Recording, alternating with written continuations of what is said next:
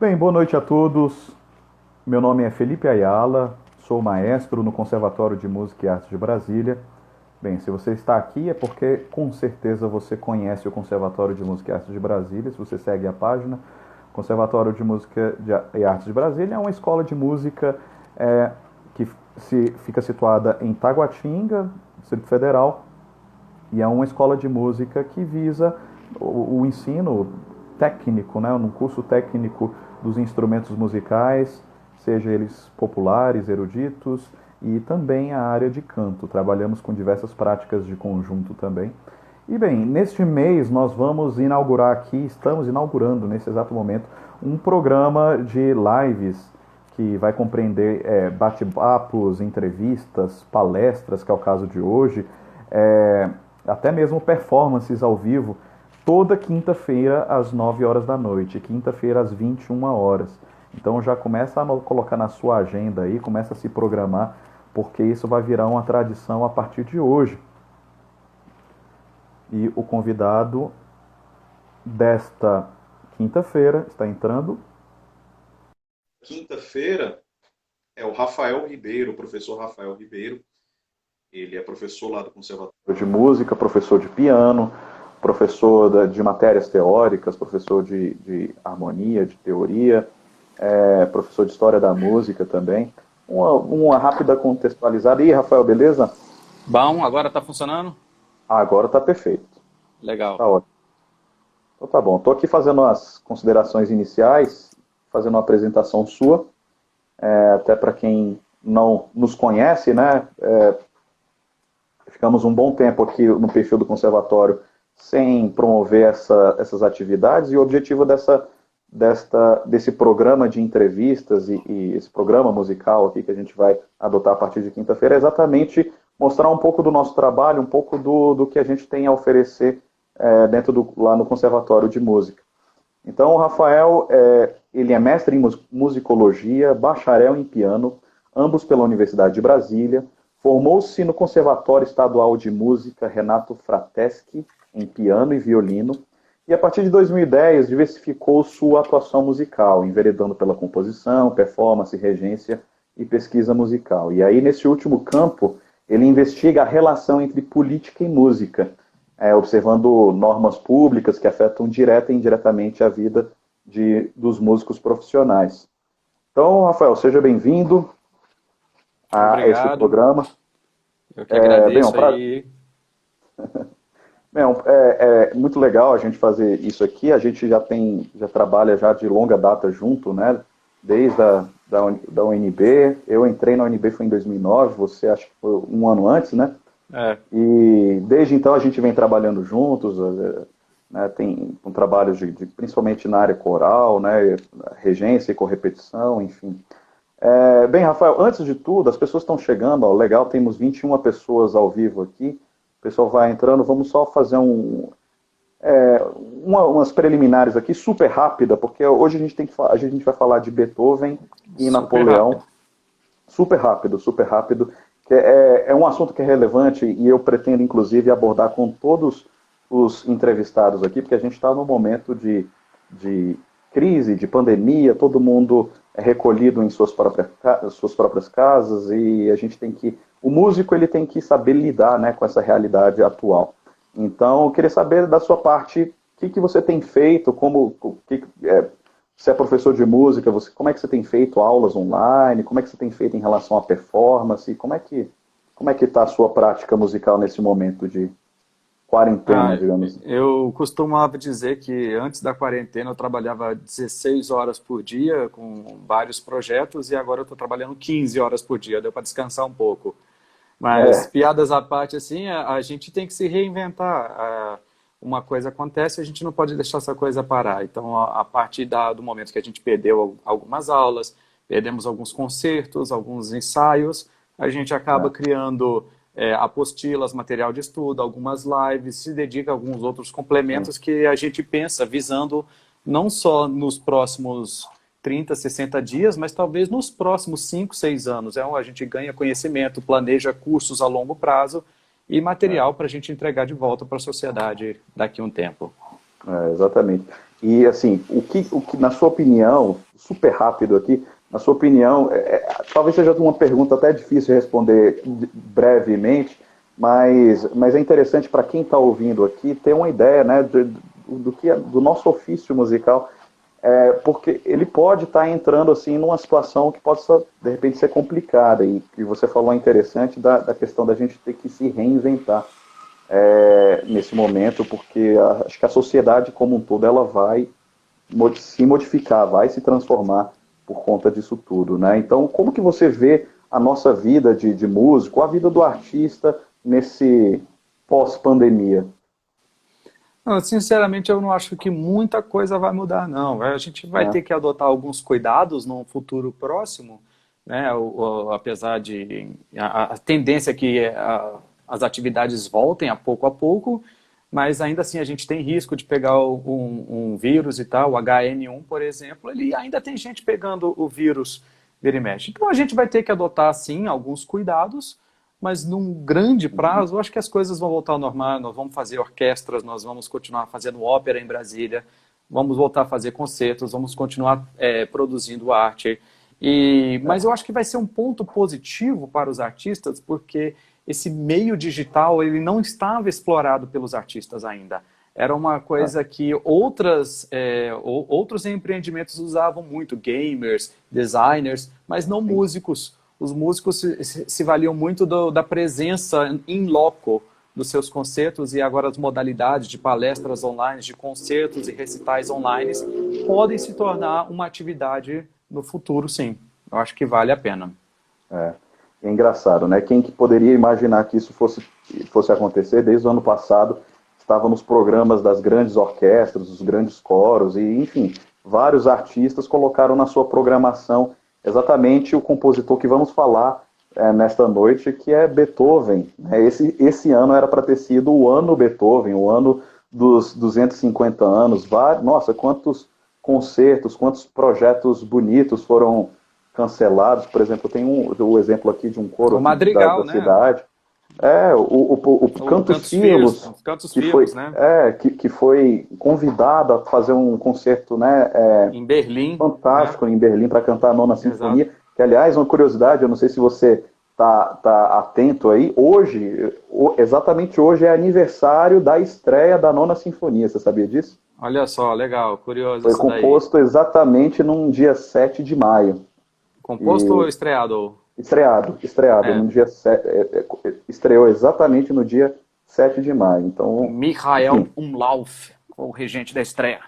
é, Mas, ó, exatamente. injustamente porque também a gente comemora esse ano 200 anos do nascimento de Chopin, hein? Nem tudo é Olha só. Beethoven.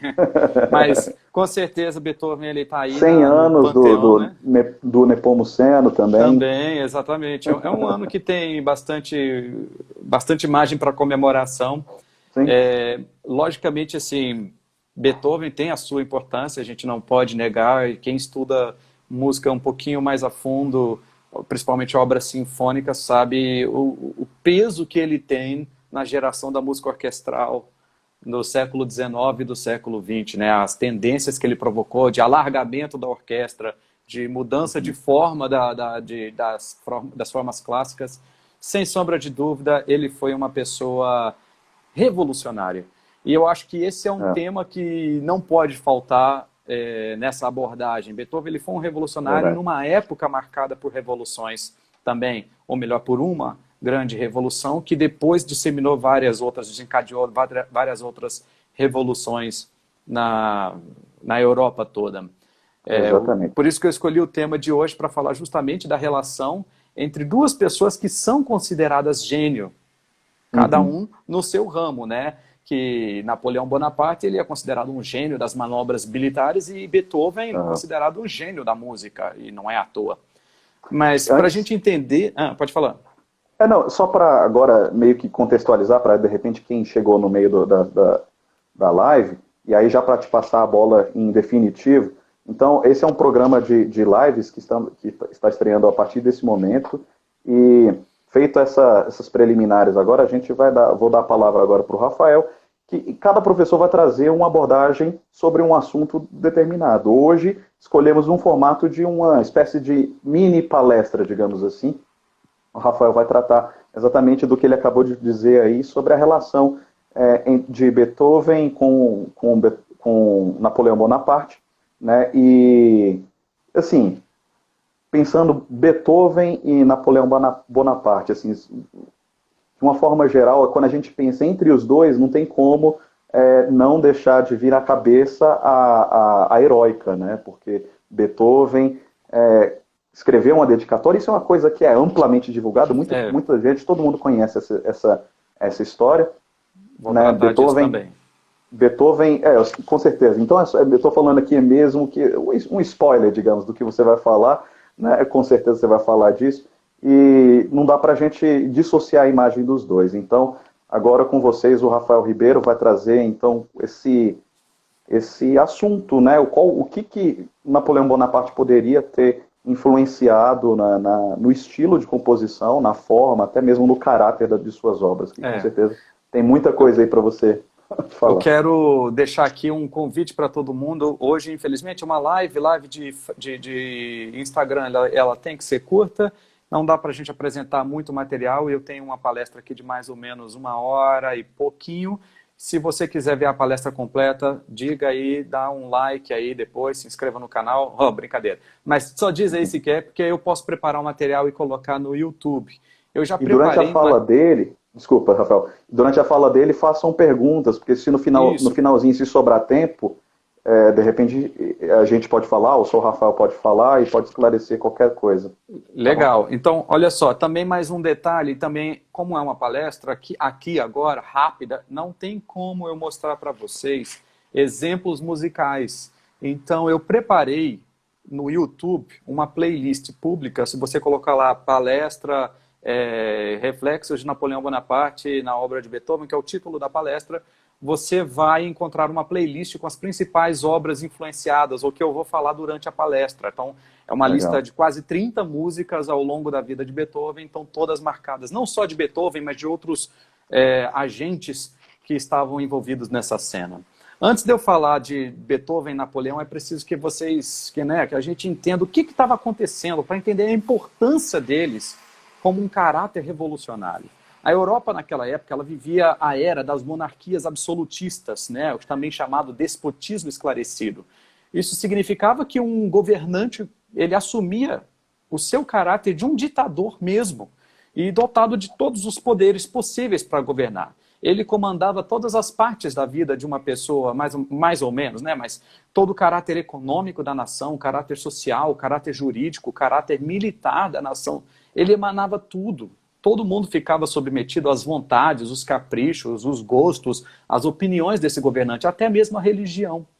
Teve caso de governante que trocou de religião e obrigou todo mundo que morava no seu reinado a trocar de religião para a mesma da dele. Casos absurdos, né? Então, um músico naquele período, no século XVIII, ele também estava sob julgo do gosto dessas pessoas. Por exemplo, Joseph II da Áustria, hoje é a Áustria, mas naquela época era o Sacro Império Romano Germânico. Vocês estudaram isso na aula de história, né? Então, ele não gostava de balé e não gostava de ópera séria. Ópera séria é um gênero de ópera, não quer dizer que é uma ópera séria, não. Era também, mas é um gênero diferente, tá? Eu não vou entrar em muitos detalhes. Então, por exemplo, ele escreveu numa carta para o ministro-chefe dele, dizendo que ópera séria é um espetáculo chato, que nunca vai ter serventia para mim. E ele dizia que o balé era uma, abre aspas, inútil excitamento da sensualidade feito por pulos eróticos no palco todo. É o gosto dele. E então, isso refletia como que os músicos da época tinham que se comportar. Então, como ele preferia a música bufa, a ópera bufa, porque era mais alegre, mais simples e mais divertida, havia um maior número desses espetáculos na sua corte. Inclusive, quando tinha ópera bufa, ele chamava os amigos, né, como era comum, chamava a corte toda para assistir, mas quando era ópera séria, ele fazia os amigos dele pagar, porque ele não queria pagar o salário dos músicos. Então, ele fazia a corte pagar, né? Então, estava tudo acontecendo dentro desse tipo de regime. E começou a ter uma afluência, um tipo de pensamento que a gente chama de iluminismo, a era da razão, né, como ficou conhecido grande parte do século XVIII, que buscava trazer de volta o poder à sociedade, né, ao homem, enquanto minava o poder da autoridade governamental ou mesmo da igreja, que naquela época igreja e Estado era uma coisa só, fundida também. E esse pensamento do iluminismo ele foi disseminado na sociedade toda. Por exemplo, na Querela dos Bufões. Querela dos Bufões foi um episódio que aconteceu em Paris, onde eles apresentaram uma ópera de Pergolesi, La Serva Padrona. Né? A gente já apresentou aqui em Brasília tantas vezes, é uma comédia muito divertida. E acontece que alguns críticos entraram em choque, falou, que é isso, botar uma comédia italiana, que coisa feia, a gente tem que ouvir a verdadeira arte francesa, e virou dois lados da moeda, um falando que uma arte era melhor que a outra. Num Estado absolutista, por exemplo, um censor ia lá e falava, chega disso aqui, eu quero essa arte de cá, e não aquela de lá. Só que por causa desse pensamento iluminista que corria por meio de livros, por meio de panfletos, em reuniões, em cafés e tudo mais, o veredito foi dado da seguinte forma, escrito num jornal. Quem tem que escolher qual é melhor é o público francês, abre aspas, pois ele sozinho tem o direito de decidir se uma obra será preservada para a posteridade ou usada como papel de embrulho de compras. Beleza. Não era o rei quem decidia. Era o povo quem tinha que decidir. E é assim que tinha que ser, e mais ou menos é assim que é hoje. Lógico, tinha alguns governantes mais para lá, alguns mais para cá. Né? Frederico II, por exemplo, ele foi da Prússia, né? O estado que existia à época, ele foi considerado um proponente do absolutismo iluminista. Ele era um ditador, mas não tanto. Ele aboliu a tortura, modernizou o Estado, o serviço social, reformou o sistema judicial, instituiu um código civil, permitiu que homens que sem status de nobreza se tornassem juízes, encorajou a imigração, permitiu liberdade de imprensa, de literatura, e foi um dos primeiros a instituir educação pública e obrigatória, que é o que a gente tem hoje basicamente em todos os países do mundo. Sim. Então, nem tudo eram flores. Beethoven, ele nasceu no meio dessa revolução de ideias, dessa revolução de acontecimentos. Ele nasceu em 1770, numa cidade onde hoje é a Alemanha, a cidade de Bonn.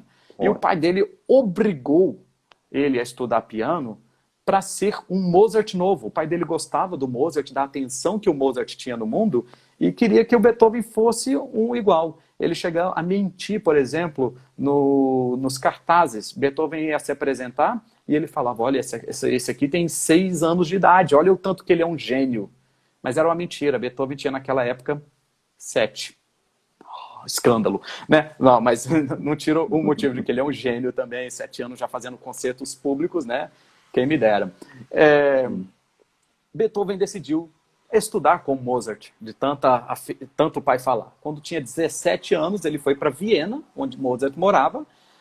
Não tem prova de que os dois se encontraram. Existe uma alta chance deles terem se encontrado, mas ninguém tem não existe nenhum registro, nenhuma evidência de que eles de fato se encontraram. Beethoven ficou 2 semanas em Viena e teve que voltar. A mãe dele tinha ficado doente. Quando ele chegou, ela morreu. E o pai dele se tornou alcoólatra, batendo nos filhos e tudo mais.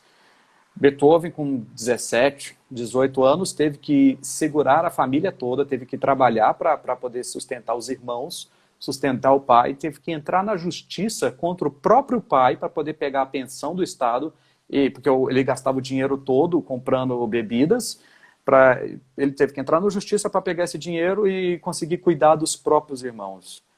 Não bastasse isso, foi quando estourou a Revolução Francesa.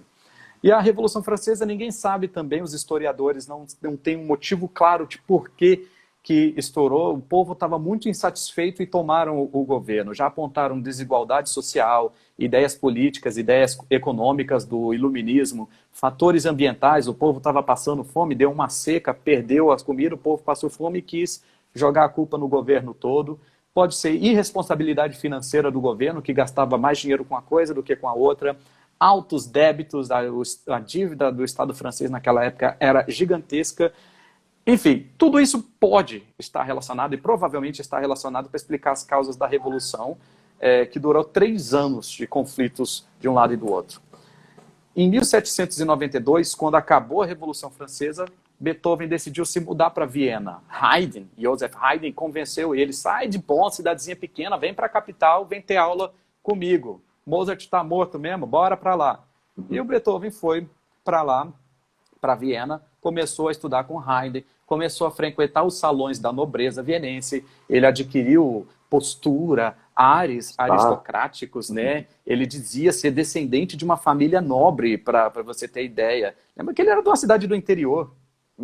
Beethoven era Ludwig van Beethoven. Esse van é o mesmo nosso, né, o D, né, o José da Silva, qualquer coisa assim, só que é de origem holandesa, é uma origem pobre. Ele trocou seu nome para Ludwig von Beethoven, que era a partícula usada pelos nobres alemães, para ele se misturar lá no meio. Aí aqui eu vou deixar uma dúvida: será que ele fez isso para tentar parecer ser um nobre? Ou será que ele fez isso para imitar o comportamento local? Afinal, o próprio Beethoven ele já assinou o nome dele como Luigi Beethoven, italiano, tem que fazer assim quando é italiano, e também como Louis Beethoven, em francês, Louis Bequinho. Era comum a gente trocar o nome, as pessoas trocarem de nome de acordo com o lugar ou com a pessoa com a qual ela falava. Isso. Fica aí essas duas hipóteses. A Revolução Francesa durou 3 anos, mas o que veio a seguir, a Primeira República Francesa, não foi nada bom. Os jacobinos instituíram o que ficou conhecido como Reino do Terror. Foram dezenas de milhares de pessoas assassinadas, mortas sumariamente, sem direito a julgamento. Os caras falavam: você é rei, você é nobre, está morto. Você foi da igreja, você é um padre? Está morto. Não queremos saber. E o terror foi tão grande que outras nações da Europa toda falaram: gente, isso aí não pode continuar assim, a gente tem que parar com isso. Então eles formaram uma coalizão de várias nações, de vários estados da Europa para tentar derrubar a ditadura francesa. Spoiler, foram 7 coalizões europeias inteiras para tentar derrubar a França. A primeira coalizão, que ainda foi na última década do século XVIII, foi um fracasso. Os franceses chamaram um general famoso para cuidar de uma campanha na Itália. Esse general era Napoleão Bonaparte. O cara era um gênio no campo militar. Ele dizimou as tropas inimigas assim, quase nenhuma causalidade nas tropas francesas. Quando ele voltou para a França, o pessoal falou: cara, você é um herói. E ele falou assim: eu não vou parar por aqui. Vamos agora dominar o Egito. A gente pegou a França, pegou a Itália, a gente pega o Egito, controla o Mediterrâneo, a Inglaterra não vai conseguir chegar às Índias, vai perder especiaria, vai perder comércio e a gente vai ganhar a guerra. O cara falou: gênio, vamos lá. O detalhe foi que ele perdeu essa campanha. Mas, durante a estadia dele no Egito, a incursão dele lá conseguiu levar de volta para a Europa, por exemplo, marcos cartográficos locais. Foi nessa expedição que ele descobriu a Pedra Roseta e permitiu traduzir grego, hebraico, antigo. Foi nessa viagem que se fundou a egiptologia, que se criou um fascínio dos franceses quanto ao país, né, o Egito, e quanto à civilização que existiu, né, milhares de anos atrás. Foi talvez nessa campanha que deu o pontapé inicial para diversas expedições arqueológicas que surgiriam no século XIX e no século XX. Isso foi importante. Talvez não valesse a pena, mas teve seu lado bom. Enquanto as tropas estavam na África, formou-se uma segunda coalizão para tentar derrubar a França. Nisso, quem estava no poder na França não era Napoleão. Napoleão era só um general. O pessoal, os jacobinos ainda do Reino do Terror, falaram assim: olha, a gente está perdendo um pouco de poder, está perdendo um pouco da guerra, tem inimigo interno, inimigo externo, vamos dar um golpe de Estado e pegar o poder de novo para a gente. Foi aí que um pessoal teve uma ideia: cara, e se a gente desse um golpe de Estado, dentro do golpe de Estado, tirasse essa galera e botasse o Napoleão? Pelo menos o cara manja das coisas. Fizeram isso, colocaram o Napoleão junto com mais 2 outras pessoas, virou um poder tripartite, e ele começou a reinar dali para frente. Não interessa muitos detalhes políticos, mas o que vem daqui. Ele assumiu o poder numa república caótica, tomada por dívidas, guerras, crises internas, inimigos para todos os lados, desorganização política, desorganização social, E ele conseguiu, em pouco tempo, reorganizar tudo. Reorganizou o exército, reorganizou as contas públicas, começou a modernizar a cultura e a sociedade francesa. O modelo de conservatório que existe hoje foi fundado nesse período. Ele era tido, começou a ser tido como um salvador, o que ia trazer a Europa a um novo patamar de liberdade, fora daquelas monarquias e do papado. Beethoven, ele não era nenhum monarquista. E ele também... Era totalmente ao avesso, né? Ele a era ideia ao monárquica. avesso.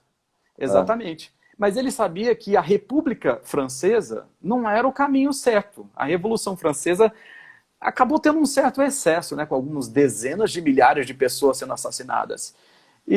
Mas ele via Napoleão, assim como muitas outras pessoas, como uma pessoa que ia corrigir esses excessos. Beethoven estava tudo tranquilo até aqui, mas tranquilo só nas aparências.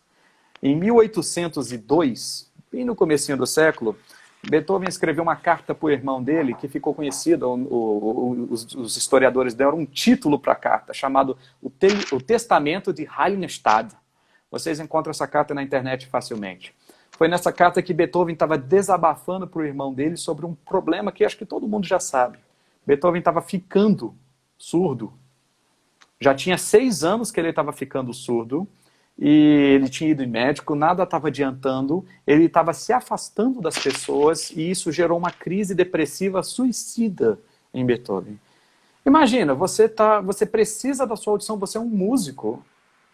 Terrível. Que patrão ia te contratar para você ser um músico se você não sabe ouvir, se você é surdo? O que os inimigos dele iam falar dele se descobrissem que ele era surdo? Beethoven, o problema estava cada vez ficando pior e Beethoven não conseguia lidar com esse sentimento. Mas foi aí, isso foi uma questão importantíssima. Beethoven conseguiu dar a volta por cima e falar, daqui para frente, eu vou seguir um novo caminho. Ele mesmo falou essas palavras, um novo caminho. Ele falou assim, eu não quero saber o que as pessoas pensam de mim.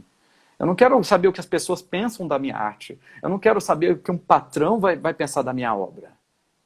Ele escreveu a primeira obra importante desse novo período, a Heroica. Foi justamente a sinfonia que deu o pontapé, depois a gente pode falar um pouquinho mais dela, mas é uma sinfonia completamente fora das convenções sociais, do que era esperado de uma sinfonia. Algumas pessoas ficavam, gente, mas essa sinfonia está meio esquisita, não era para ser desse jeito, comparava com Haydn.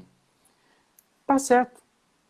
Napoleão, ele escolheu um mundo novo, um caminho novo, né? Um mundo longe da tirania, longe da opressão, onde o homem dava razão a si mesmo. Beethoven também. Beethoven escolheu um caminho novo, só que para a música, longe das críticas sociais, e ele passou a não dar ouvido mais para ninguém. Piadas à parte, porque ele estava surdo. Né? Não, mas piadas à parte significava que ele simplesmente não queria saber da opinião alheia de uma outra pessoa sobre o que ele quer saber do gosto musical, o que ele quer saber da forma, do que o patrão gostaria de ouvir. Por exemplo, tem uma peça que ele escreveu, o Schuppanzig, que foi um Schuppanzig, né, um violinista famoso da época, muito amigo do Beethoven, falou, isso aqui é muito difícil para tocar. E o Beethoven virou para ele e falou, olha, quando eu escrevo música, eu não escrevo pensando no seu instrumento insignificante ou na sua capacidade de tocar. Eu escrevo música que vem na minha cabeça, eu escrevo música, eu não escrevo para violino. Se vira, tipo assim, Sim. Bastante pesado. Bom, cantores que o digam, Beethoven né? escolheu esse... Exatamente, né? Cantores que o digam, meu Deus do céu. Beethoven escolheu esse novo caminho, mas ele não contava que o Napoleão, parecia uma quadrilha, né? Agora a gente está em coronavírus, vai todo mundo perder a festa junina. O Napoleão, né, tava assim, eu sou o rei da liberdade, aí todo mundo, era mentira, aí todo mundo, né, aquela era cobra, era mentira, né? O Napoleão, ele também escolheu decidir um novo caminho. Ele pegou a coroa da mão do Papa e se coroou imperador. Imagina se hoje uma pessoa, eu chegasse lá no Palácio do Planalto, tirasse a faixa do Bolsonaro e falar, agora eu sou presidente. Quem é que me deu autorização para ser presidente e mandar nos países, ou mandar em você que está assistindo aqui agora? Foi isso que ele fez. Ele assumiu essa roupagem de imperador e falou, eu vou mandar. Quando Beethoven ficou sabendo disso, ele saiu gritando. Agora esse cara vai pisar em cima de todo mundo, ele é só um déspota, um tirano. vai ficar se alimentando as coisas próprias, ele vai se achar superior a todos os homens. Ele tinha escrito a Sinfonia 3, a Sinfonia Heróica, dedicado para Napoleão Bonaparte, com o nome de Sinfonia Bonaparte, de tanto que ele considerava as ideias. Quando ele ficou sabendo que ele se coroou imperador, o Beethoven saiu correndo, riscando a dedicatória, riscando o título tão forte que rasgou a página. Procurem no Google, assim que essa live acabar, vocês encontram essa fotografia lá.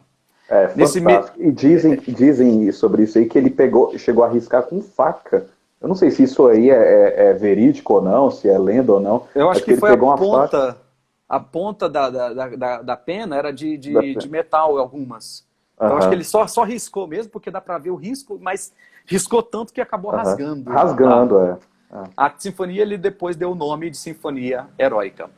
Nesse ano mesmo, ele escreveu a ópera Fidelio, que a gente apresentou aqui em Brasília alguns anos atrás, que é uma ópera do gênero resgate. Eu não vou entrar em muitos detalhes, mas o tema dela é uma pessoa politicamente relevante, é presa injustamente, e a esposa dessa pessoa se finge de homem para trabalhar na prisão e poder resgatá-lo dos confins aí de uma ditadura. É um gênero de ópera que estava muito aflorado naquela época, mas o quanto que o Beethoven estava ligado a essas ideias. Beethoven seguiu compondo, Napoleão seguiu guerreando, fizeram uma terceira coalizão, fizeram uma quarta coalizão, Napoleão destruiu todas elas. E ele estava quase conquistando a Europa toda, faltava Portugal. Ele decidiu invadir Portugal, foi marchando com as tropas todas para lá, mandou o irmão dele no lugar dele, falou, não preciso ir não, vai lá você. E quando as tropas chegaram lá, eles descobriram que 54 navios estavam levando 19 mil pessoas, inclusive toda a família real portuguesa e toda a corte, para o Brasil. As tropas chegaram um dia depois dos navios saírem, o que era interessante. E esse fato, que foi essa invasão de Napoleão em Portugal, levou ao único caso na história da humanidade onde a capital da metrópole foi instalada na terra da colônia. Olha só. Não é? Beethoven continuou compondo, Napoleão foi invadir Portugal e formaram uma outra coalizão para tentar invadir. Falou, já que você está com as tropas para lá, a gente vem para cá. Mas só que Napoleão não era Napoleão à toa, ele esmagou essa coalizão a toda e em pouco tempo ele marchou sobre Viena. Só foi uma coalizão liderada pela Áustria e ele foi lá e resolveu acabar com tudo por vez. No dia 4 de maio de 1809, ricos, nobres, quem tinha dinheiro, poder, fugiu de Viena. O resto tinha que ficar para trás. Beethoven ficou para trás. Passou mais alguns dias, Napoleão cercou a Viena inteirinha, mandou uma mensagem para o comandante. Renda-se ou eu vou te bombardear. E o comandante respondeu, não, bombardeia aí. Aí o cara falou, bombardeou. Foram poucos dias de bombardeio e o cara falou, não, chega, pode ocupar tudo porque tá ruim. E aí Napoleão conquistou Viena e dominou a cidade durante um tempão. Durante a ocupação francesa, Beethoven estava num café, tomando um cafezinho com os amigos, e chegou um oficial francês passando por ali, vendo se estava tudo certo.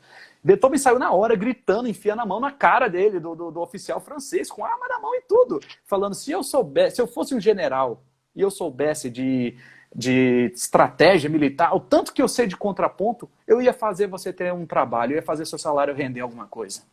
Aí todo mundo na hora, opa, separa, calma, não foi nada disso não, tira essa, calma aí. E a galera tentando apartar, felizmente o oficial simplesmente ignorou Beethoven e continuou andando, né? Beethoven estava sofrendo com aquela ocupação, tanto física, emocional e financeiramente. Perdeu a economia, a inflação estava destruindo todo mundo lá naquela época, tinha imposto pesadíssimo sobre a população para pagar a taxa de indenização militar para a França. Beethoven reclamava que, todo mundo ali ficava falando, que vida, abre aspas, né? Que vida selvagem e perturbadora em volta de mim. Nada além de tambores, canhões, homens e miséria de todo tipo. Faltava comida, faltava água, porque tinha que dar para as tropas francesas também, já era tudo muito escasso. E apesar de todo esse sentimento negativo, esse período marca assim, um dos mais altos graus de musicalidade da ópera de Beethoven. Foi embaixo do bombardeio, escondido no porão da casa do irmão dele, que Beethoven escreveu o seu concerto para piano número 5, o concerto do Imperador, o concerto Imperador. É sem dúvida assim, o melhor concerto deles e um dos mais fantásticos da literatura pianística. O que ele fez mais com piano tocado, né? com certeza. Um concerto onde ele explora toda a capacidade do piano com a potencialidade sinfônica da orquestra. É uma coisa que não existia para a época, era inovador. Só veio a surgir lá para a década de 20, 10 anos depois. Apesar do título, título não, há apelido. O Concerto Imperador não foi dado em homenagem a Napoleão, mas em comparação aos outros concertos de piano. Aquele era o concerto que era o imperador de todos os outros concertos.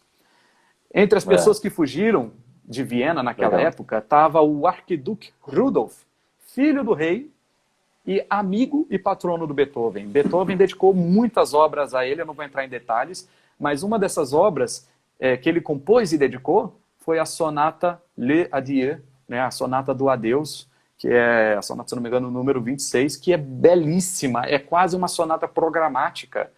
Ele tem 3 movimentos. O primeiro movimento ele deu o título, sonata com título de adeus, o segundo movimento com título de ausência e o terceiro com título de retorno.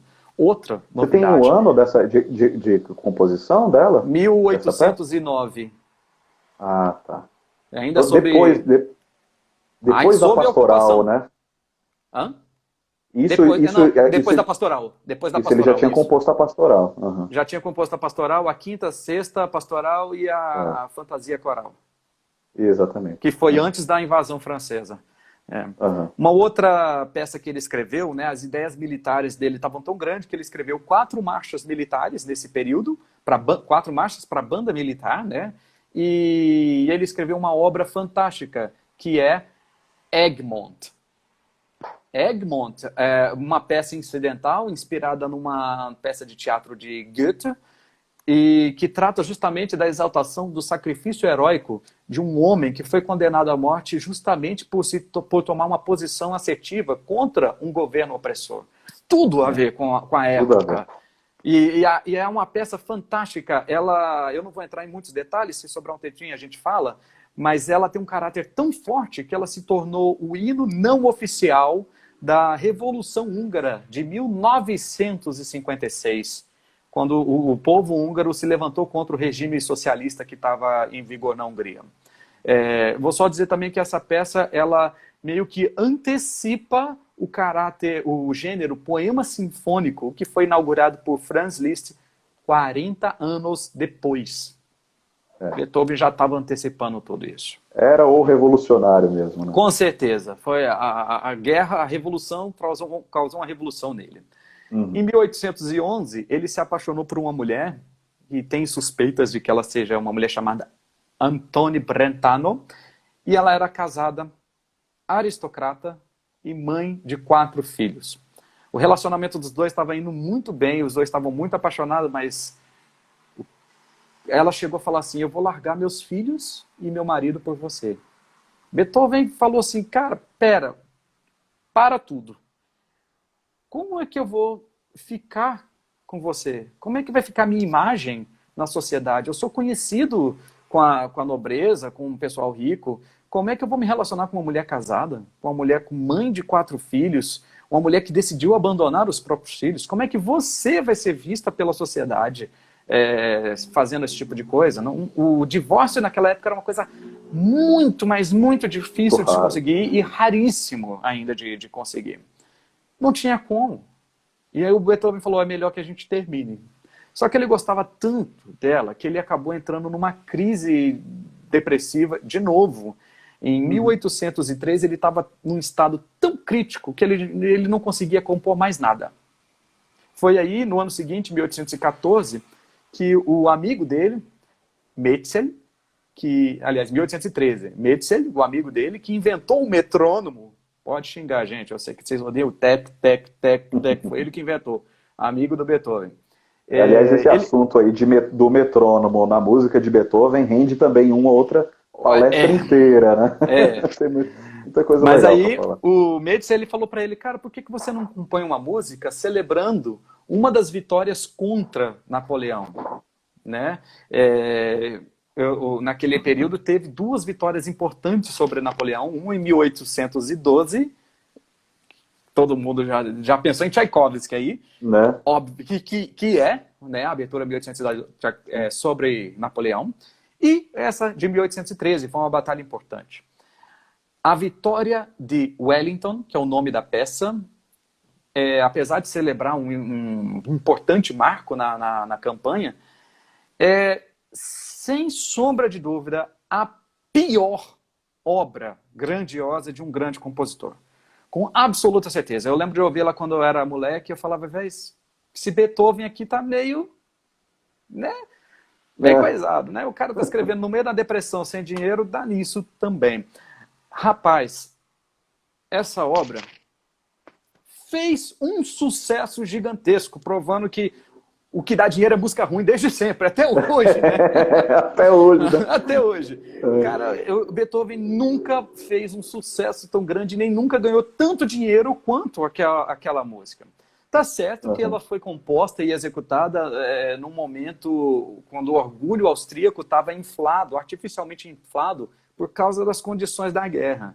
Quando chegou a paz, né, e essa popularidade passou, todo mundo acabou esquecendo essa música e também todo mundo acabou meio que esquecendo quem era Beethoven. Ele nunca mais teve tanto sucesso, nem mesmo com a Nona Sinfonia, que foi um sucesso.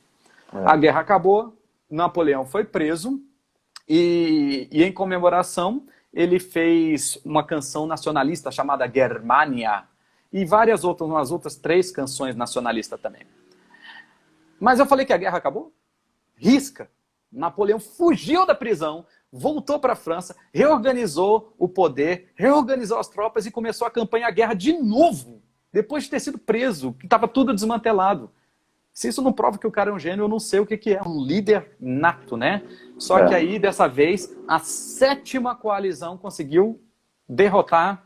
Não foi tão difícil, porque a França já estava num estado de penúria. E ele foi mandado para uma ilha no meio do Atlântico Sul. Falou, agora você não foge mais. E de lá ele ficou até morrer em 1821. Quando contaram para o Beethoven, e aí, olha, ficou sabendo que o Napoleão morreu? Em 1821, Napoleão falou, não ligo, eu já compus uma música para essa ocasião 17 anos atrás, para essa catástrofe, ele falou isso, catástrofe. A morte do cara que ele odiava tanto era uma catástrofe. E a música que ele falou que ele compôs, provavelmente, né, ou melhor, com certeza, era o segundo movimento da Heroica. A marcha fúnebre da Heroica, porque tem da 7ª, né? Sim, então, sim. Com certeza era aquela marcha fúnebre lá.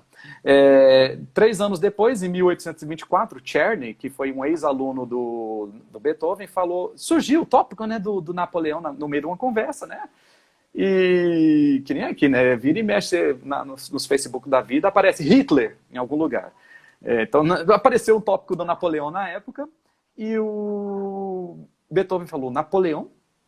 Antes eu não conseguia nem tolerar. Hoje eu penso diferente.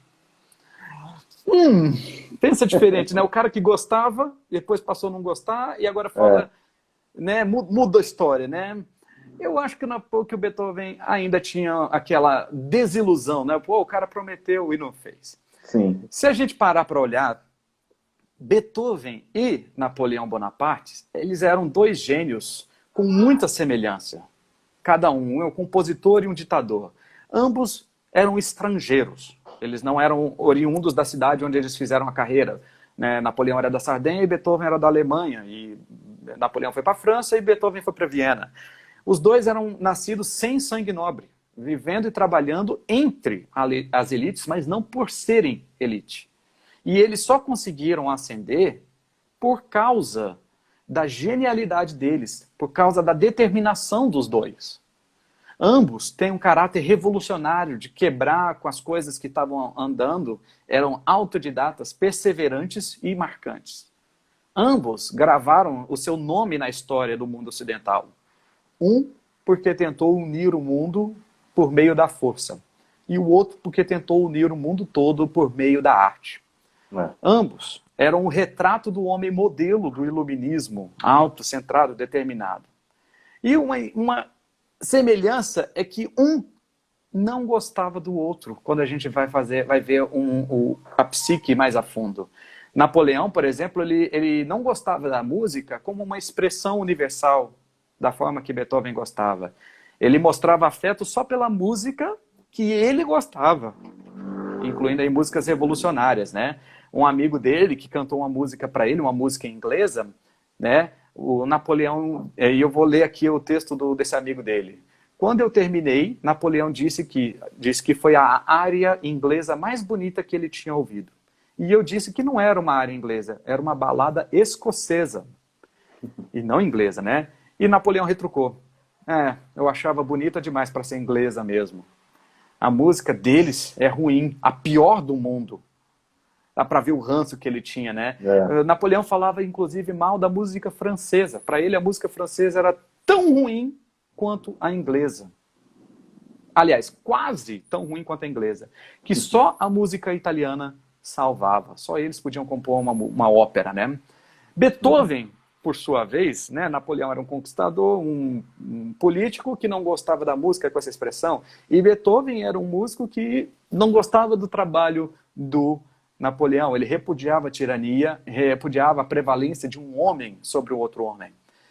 Se a gente for dar uma olhadinha no seu magnum opus, que é a Nona Sinfonia, né, que a gente já conhece, sabemos que nela tem um coral e um texto que é cantado que é um poema do poeta alemão Schiller. E nesse poema, justamente, ele prega uma fraternidade universal, onde todos somos irmãos e tudo mais, né? Numa outra obra dele, que é a Fantasia Coral, de 1808, né, quase 20 anos antes, ele também tem um texto um pouquinho semelhante, mas falando mais para o lado da arte. Então, ambos os textos dessas duas obras refletem uma característica da vida de Beethoven, que é o expressar o desejo de liberdade entre os homens, usando Deus e as artes como uma espécie de amálgama entre todo mundo. A visão de humanidade, a crença, o desejo de Beethoven, com certeza eram nobres e com certeza são corretos. Apenas ele depositou as expectativas dessa realização numa pessoa que não desejava a mesma coisa. Eu espero que vocês tenham gostado. Essa palestra dá para ampliar, tem muitos outros detalhes que estão aqui dentro. Se vocês quiserem, avisem aí que eu faço uma versão maior, com mais detalhes, comentando as obras musicalmente. E a gente falou aqui, talvez a gente vai falar um pouquinho mais de algumas obras musicais, mas se vocês quiserem ouvir essas músicas que eu falei aqui, tem uma playlist no YouTube. É só você colocar o nome da palestra lá, Reflexos de Napoleão Bonaparte na obra de Beethoven, que lá tem uma playlist pública montada com essas obras aqui. E agora, se vocês quiserem comentando alguma coisa, vão comentando, a gente vai falando aqui um pouquinho mais das obras. Acho que deu tempo, percebi, né? Sim, foi ótimo, foi no tempo. A gente ainda tem, pelas minhas contas aqui, mais 10 minutos antes do Instagram cortar a live. E pelo que o pessoal comentou desde o início aqui, o pessoal já antecipou, falando que quer a versão completa, sim, pelo YouTube. Eu tenho certeza que o pessoal tá todo mundo aí aprovando. Tem alguns comentários bem interessantes aqui que foram feitos, e se o pessoal quiser continuar fazendo perguntas, olha só, por exemplo, a Marleide, ela fez um comentário aqui, ó, eu não sabia que Beethoven se irritou pelo fato de Napoleão ter se coroado. Aí ela perguntou, qual era a relação de Napoleão com o papado?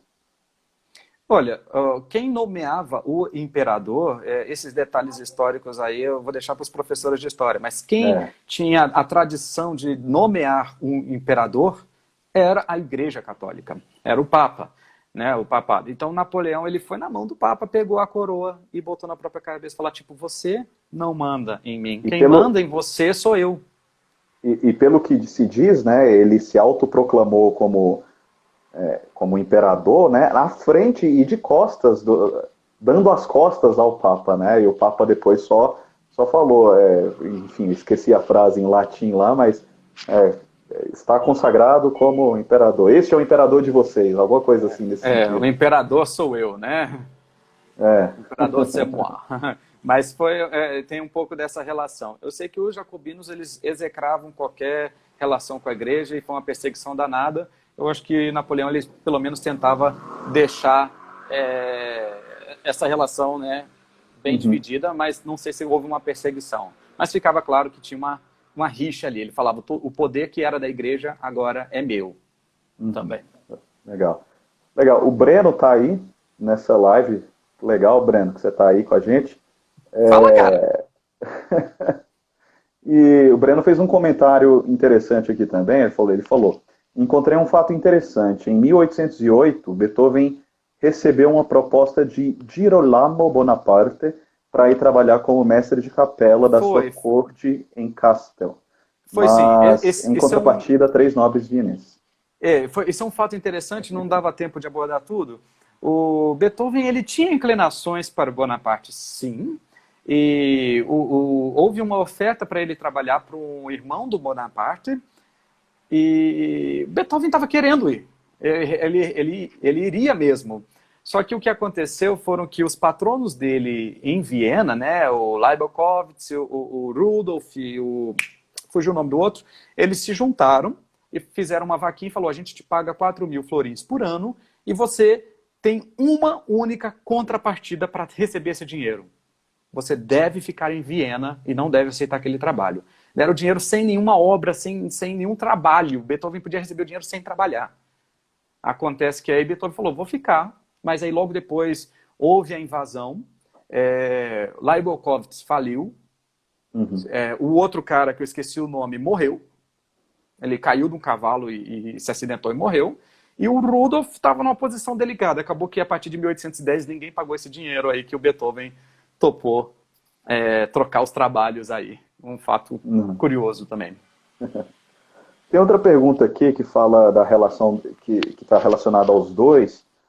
Realmente acho que é o fato mais conhecido, né, da relação, que é exatamente a dedicatória do Beethoven em relação para o Napoleão, né, em relação à Terceira Sinfonia Heróica. E aí o Cabralismo, enfim, não sei pronunciar esse nome aqui do rapaz, seja bem-vindo. Ele colocou: Beethoven chegou a modificar a Heróica depois da coroação? Não.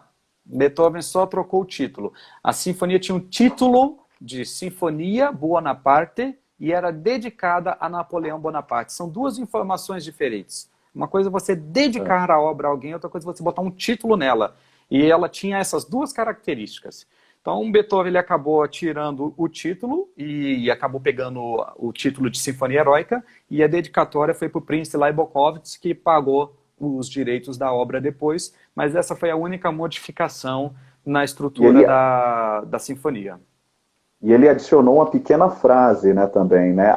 Colocou entre aspas lá, a memória de um grande homem. Grande homem, exatamente, foi. Realmente teve esse epítetozinho aí também, essa dedicatória aí.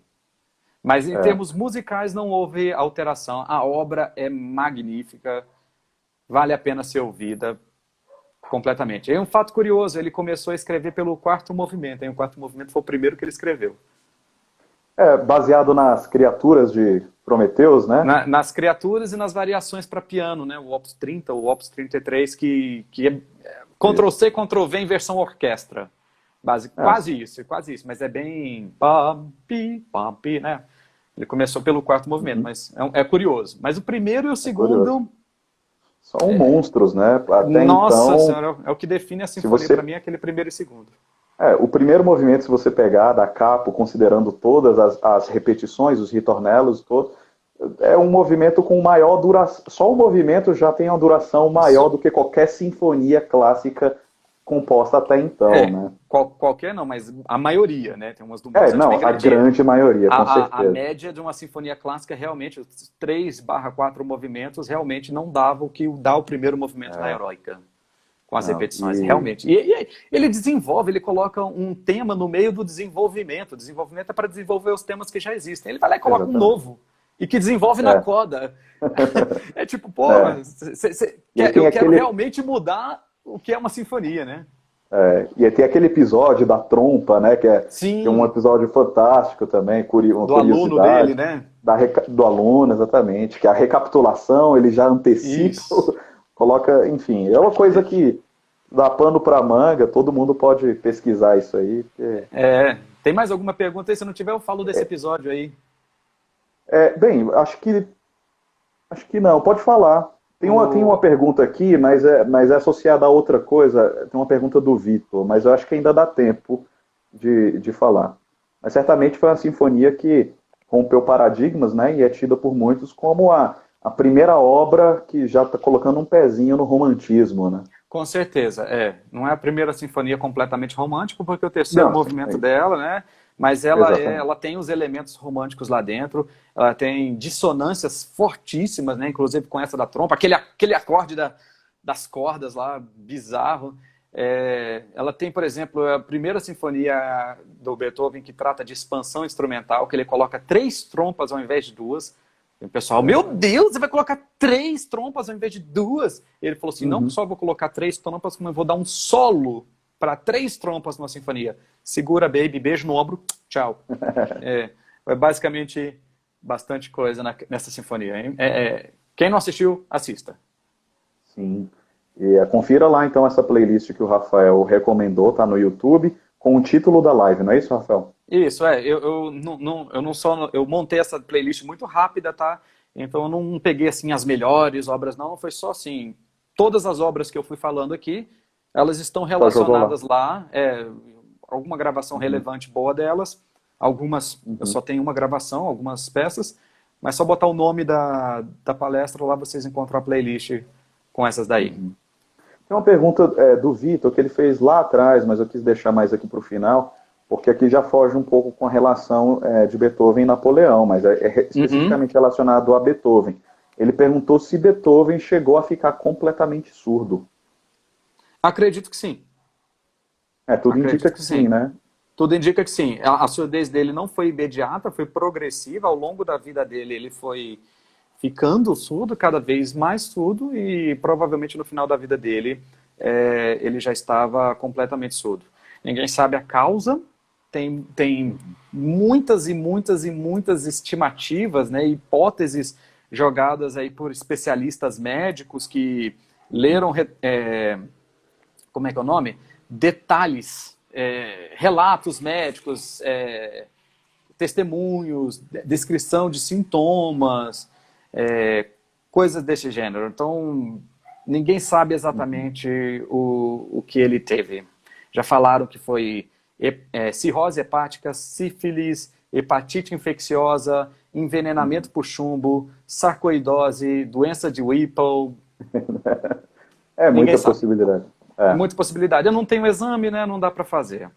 Bem, segundo a minha contagem aqui, temos menos de um minuto já para encerrar. Temos alguns comentários aqui fantásticos da a Daniele Dumont, que acompanhou, do Thales Silva também, flautista, pianista, todos amigos nossos. Eu acho que vai ter que rolar uma segunda live aí, viu? Um repeteco para mais esclarecimentos, mais perguntas de todo mundo. Por exemplo, a Concheta mandou outra pergunta, né? O Fio está falando coronavírus. Coronavírus não tinha chegado na época. É É, uma das causas pelo qual Beethoven morreu, coronavírus. com certeza. Então, queria agradecer, Rafael, por ter dado essa aula aqui, que com certeza foi enriquecedor para todo mundo aqui. Essa live vai ficar disponível por 24 horas. E eu ainda vou ver, inclusive, uma forma de salvar para, de repente, publicar no IGTV aqui do Conservatório de Música e Artes de Brasília. Legal. Muito obrigado a todos vocês. Rafael, suas considerações Obrigado. finais. Com Qualquer certeza eu momento vou pode cair, fazer. viu?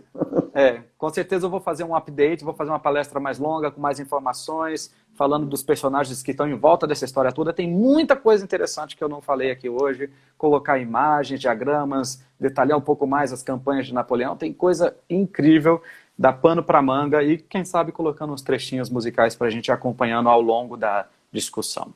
Mas Então tá obrigado a bom. todo mundo pelos comentários. A gente se encontra aí uma próxima vez. Até Muito bem. mais. Então, obrigado a todos, boa noite a todos. E quinta-feira que vem temos mais live aqui às 21 horas. Acompanhe aqui nas redes sociais do Conservatório, Instagram e Facebook, para vocês verem a programação. Temos 30 segundos restantes aqui. Eu até esqueci qual que é o tema da próxima live. Eu acho que dá tempo de achar. Bem, não vai dar tempo de achar o tema. Mas já tem um post já fixado com a programação do mês. Você pode conferir.